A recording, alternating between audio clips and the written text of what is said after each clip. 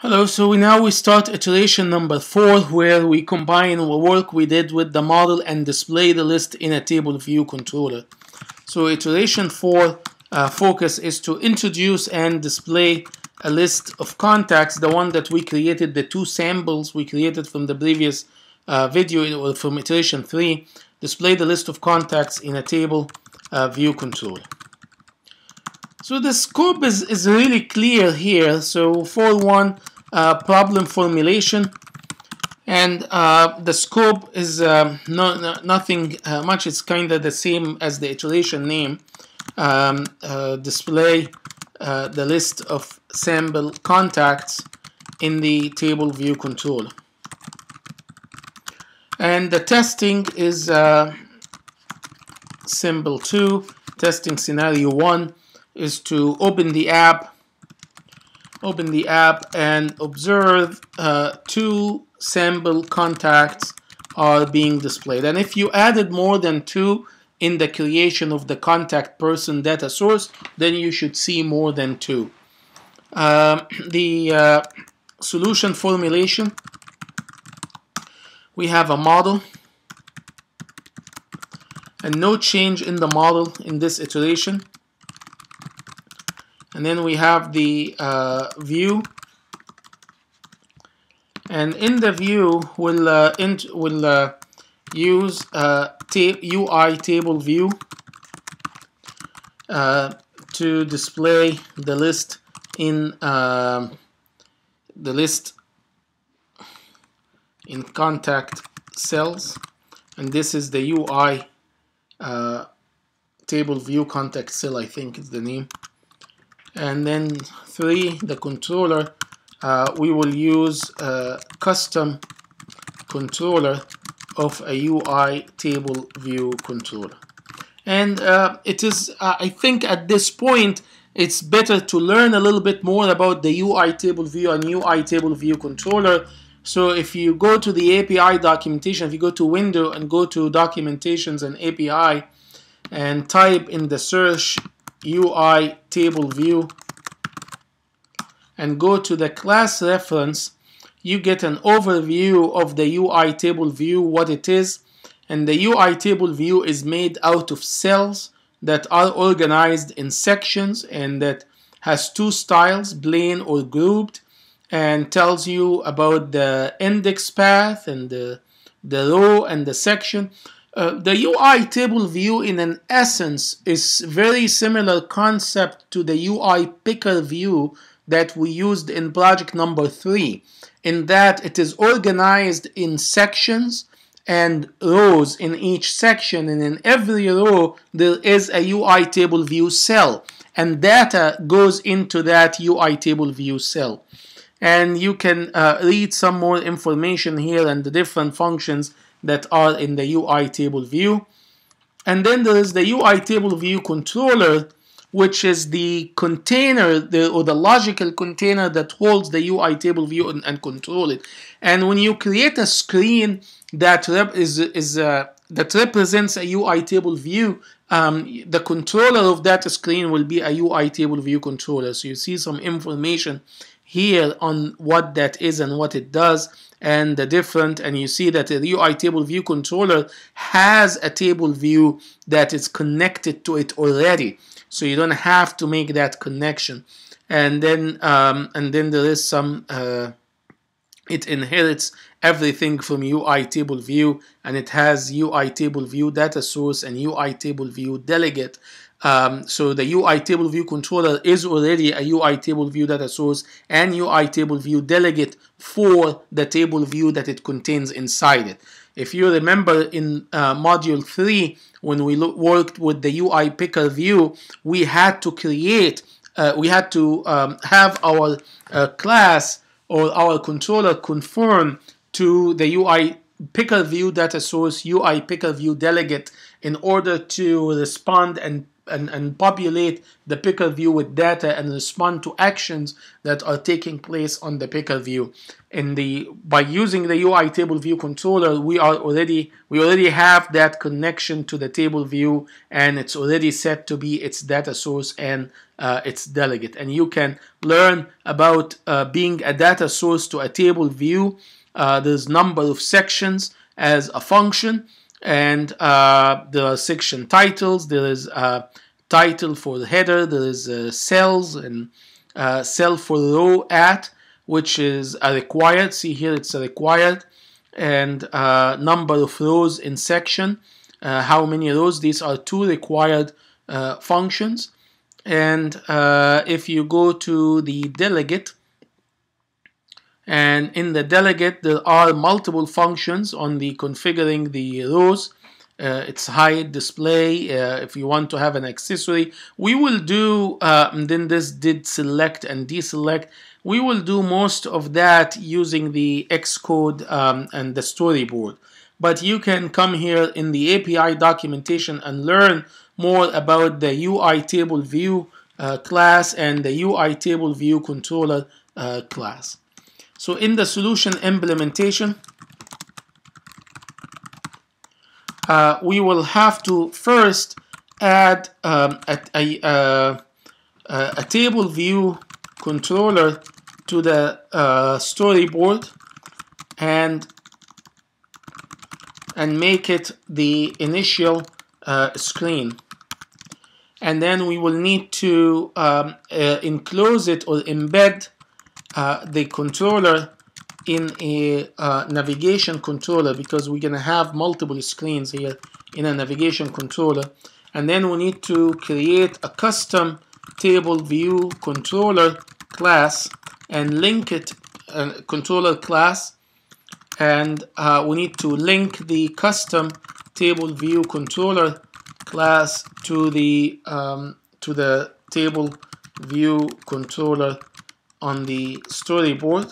So we need to link them, and then we need to use the contact person data source to populate the cells in the table view controller, and then commit and test. So we go back here and go to the storyboard for now. And here is in the storyboard we have one screen, and this screen is the initial view controller. And if you select the controller under attributes of the view controller, it says is initial view controller. So I want to add another screen, and in the beginning there is a view controller, and then there is a table view controller. So I want to add a table view controller here. So I added a table view controller, and I want to make this table view controller the initial. So I can do that by either moving that arrow here to point to the table view controller, and you can see the checkbox is checked. And if you go to the other one, you'll see it's unchecked. Or you could have just used the checkbox. I could have just unchecked and checked this one, and you see the arrow comes. Now I don't need this table view or this view controller anymore, so select the original view controller that came with the single view controller template and delete that by pressing the delete key on your keyboard. So I have one table view controller, and it is the initial view controller for my project or my app. Now we need to embed this in a navigation. So go to editor in your menu and embed in navigation controller. The reason I need to embed in a navigation controller is because I have multiple screens that will be added to add a new controller, to add a new contact and display detailed contact information. So here is a table view controller, and it has cells, and there's so much here to explore. But before I explore it, I want to go, so I added this one to the storyboard. I need to embed, and I embedded it. I'll add the custom controller first. So this now view controller.swift that was added by the single view controller template. I don't need this anymore. So again, pressing the delete key on your keyboard, delete that. And do you want just to remove a reference or move to trash? Move to trash. I don't need this anymore. So let's add a new custom table view controller and link it with the table view controller that we added. If you select the table view controller we added and go to the identity inspector, you'll see it is currently controlled by the default library UI Tableview Controller. So I want to add my own custom controller and change the link to so that it points to my custom controller. So add a file, and it's Coca Touch class. And then instead of being subclass of NS object, I want to be subclass of UI Tableview Controller, which is the default library. You always want to extend the library class that is being recommended for either the screen or the type that you want to create.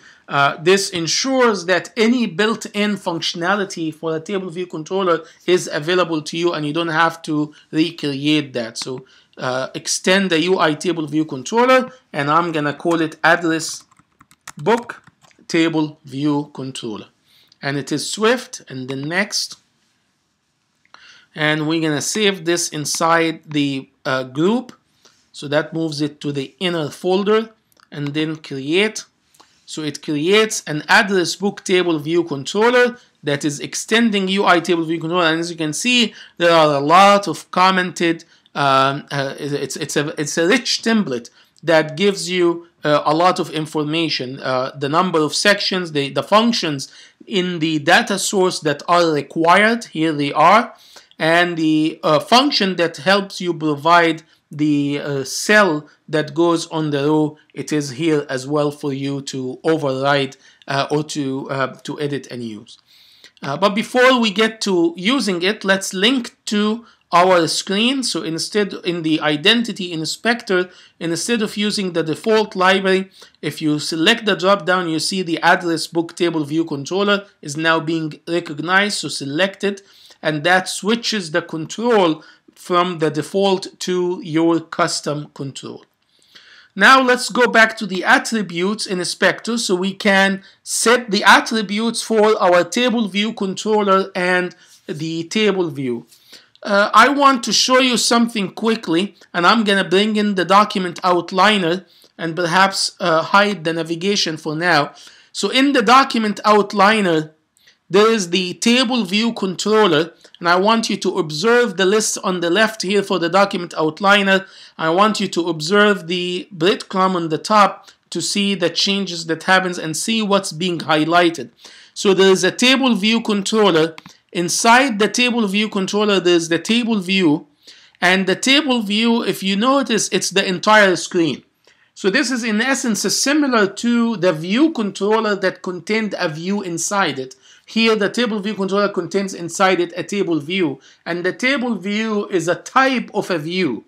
So it is a view, and it occupies the entire screen like that. And in the table view, there are different sets of attributes. Inside the table view, there is the table view cell. And inside the table view cell, there is something called content view. And the content view is a view.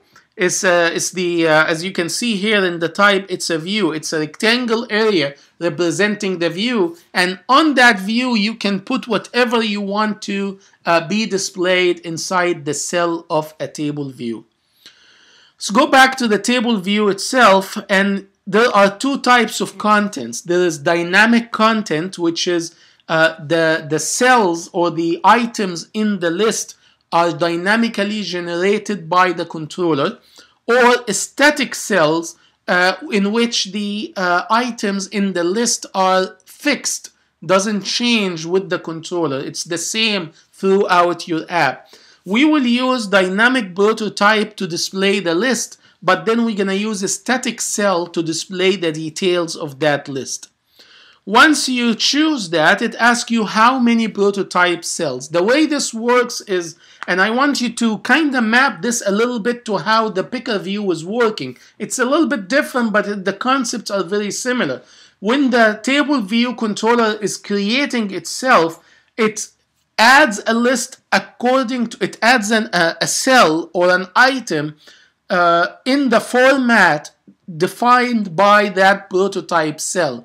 So it's the idea is to make it quick and fast to generate those lists or those cells for large lists.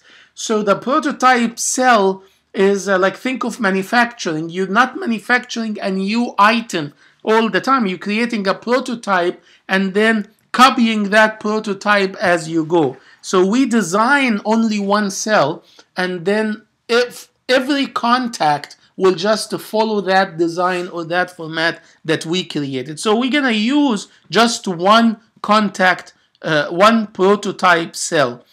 Do you want the style to be plain or grouped? Grouped meaning it adds a header and a footer, but for the cell, we're not really gonna use that. Do you want to separate the cell? I want to separate with a single line, and you can provide a color for that line.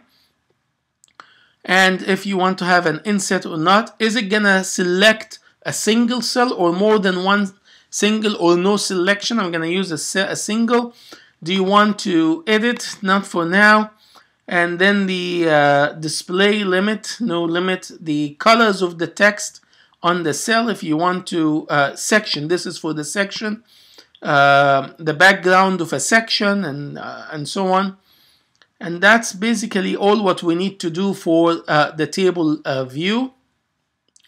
If you go to the table view cell, there are styles for the cell. There's basic style, and the basic style provides just a label, one label.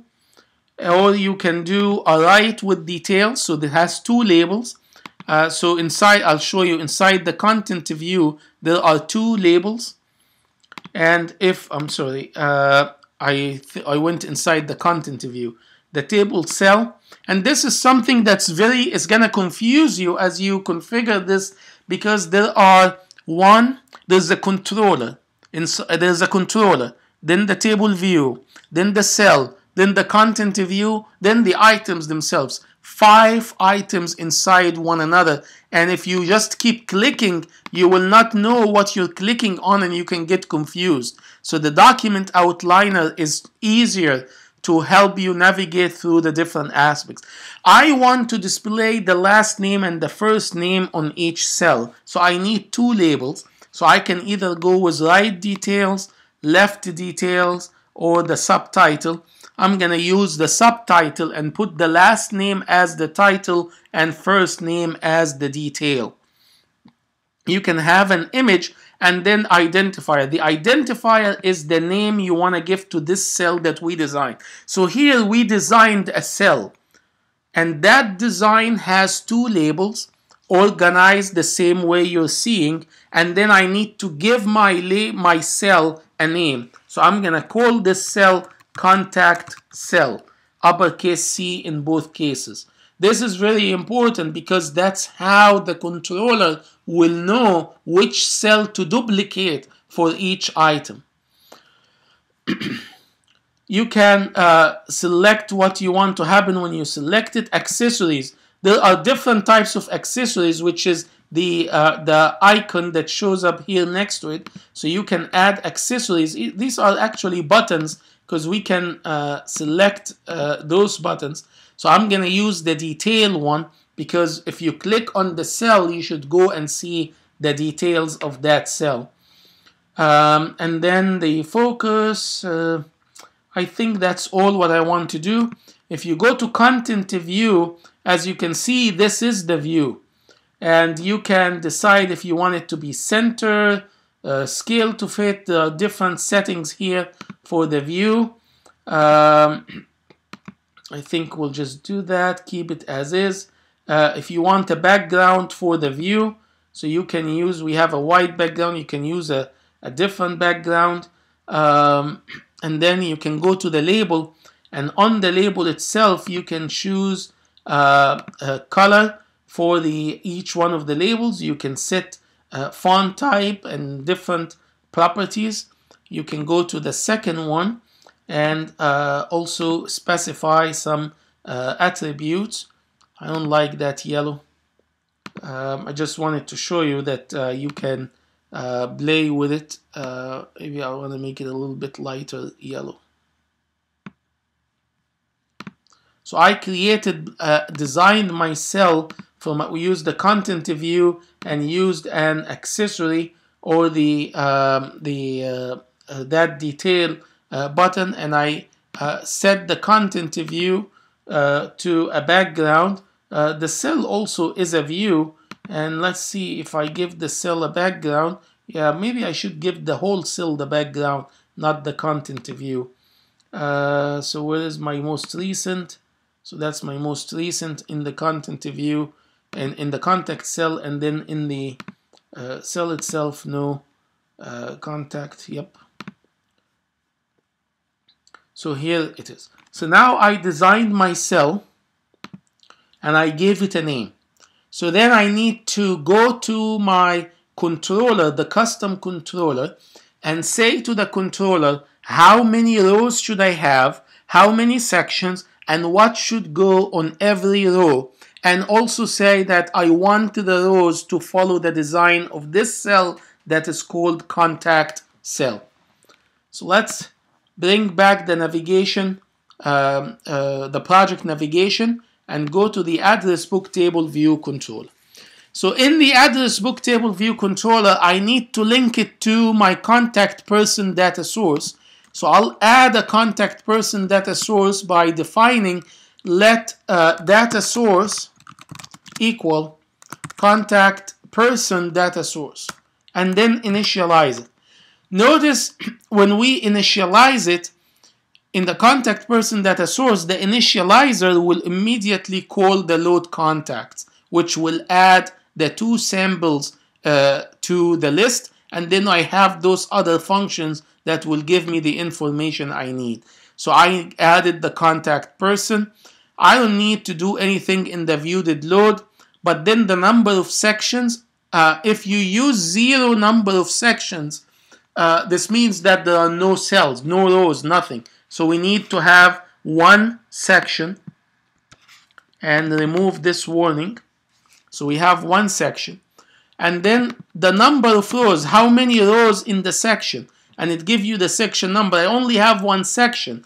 Number of sections could be, for instance, if you organize the names based on the letters, the last name letter, and have like a list of letters. So you can have like the contacts app on your phone. If you open it, you see like a ruler on the side with the alphabet, and if you click on a letter, it gives you the names that start with that letter. That's an implementation of sections, and you have number of sections equal the number of the alphabet, and inside each section there are only the names that start with that letter of the alphabet. I have only one section here, and the number of rows for section is as many rows as we have in the data source. So this is why in the data source I created count of contact, because the count of contact will give me how many rows I need. So I come here and say use the data source and use the count of contacts, which gives you back an integer that represents how many rows I need. Then the function cell at row, this is the function that returns the cell in the dynamic prototype. So in a dynamic prototype setting, which we did in the storyboard here, when we selected the table view and said dynamic prototype, it means that at design time, I do not know how many cells there are going to be or what goes in each one of them. I only design it. So the controller needs to provide what goes on the cell. So we provided how many sections and how many cells. Now I need to uncomment the cell for row at index path. So this gives you the index path, which is a combination of the section number and the row number. And as the table a table view is being created, it comes to the controller and say, I am creating row 1 at section 1, or row 0 at section 0, give me the cell that goes there. Then you need to create the cell, provide data in it, and then return that cell. So the first step is to dequeue the cell from using the identifier, which meaning that to duplicate the design we already created. So inside the reuse identifier string, replace that with the identifier we set in the cell. So if we go to contact list, we used an identifier. Don't put spaces here. So copy the identifier we specified in the table view cell and go in the controller and replace the string that says reuse identifier with the one that you created. So I replaced it with contact cell. So this is saying that in the first step is get a cell for that particular index using the design in the prototype named contact cell. Then you need to set the attributes in that cell. So in my cell, I have two labels. In the cell, I have a title and a detail. So I need to set the text on each one of them. But to set the text on each one of them, I need to get the contact at that particular index. So I can say let cell contact, the contact that will go on this cell, and then I ask my data source, which is this class, because this class is the one that maintains the list of contact, and I can say give me the contact at an index. So I'll provide the index that's being created and it gives me back a contact person. Then from the contact person I can get the last name and the first name. So I'll say give me the data source and give me the contact at index, and it needs an index. Now notice that this index is an integer representing the row, but the index path is not just to the row, it's the row and the section. So you need to say index path dot row so that you can get the particular row that we're creating the cell contact for. So now I have a corresponding person for that particular row, assuming that I'm following the same index in the collection of persons as the one in the array. So I need then to set the label on the cell. So if you say cell dot title text label, so the text label is a label that has the first information, and then I need to get the text attribute for that label, and this first one will be the cell contact dot last name. And then the second label is called the detail label, the detail text label. And I'm going to set the text property on that to the cell contact dot first name. So the last name first, then the first name. And then after I'm done with this, return the cell.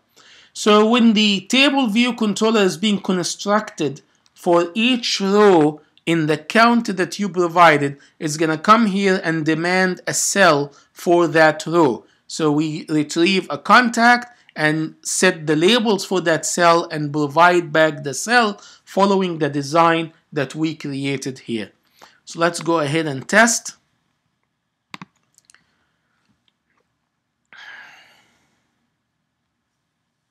And hope that it works. A computer takes time to run. I already have it actually before, hoping to save some time, but notice nothing is showing because I used an icon with transparent background. So when it is transparent on black and all the boundaries are black, nothing will show. So I need to either edit the icon and make the borders not black, or put a background not transparent. So here it is. This is the list of rows, and here is the cells that we created Here is the first sample contact we added. Here is the second sample contact we added. Here are the accessories. You can click on the cell to select it. Nothing is happening. Later on, we will implement the selection event to trigger a display of the details, which in this case just missing the email address. Here is the separator. If you don't want that separator, you can change it. This was one of the properties in the table view. There was a separator, single line, and we chose that separator. So if you don't want it or you want to change the color, this is how you change it. You don't like the yellow background or any of that. This is all the design that we made for our cell. So this now we have our first table view with a list of names. It has only 2, but in future iterations, we're going to be adding how you can add a new contact and working through different parts of that list. So this completes iteration number 4. So let's go ahead and commit and push. So added a Tableview Controller to the storyboard and set up prototype cell. Added custom Tableview Controller and displayed the list of contacts. And we're going to push this to the remote, commit the files, and push. And that concludes this iteration. Thank you.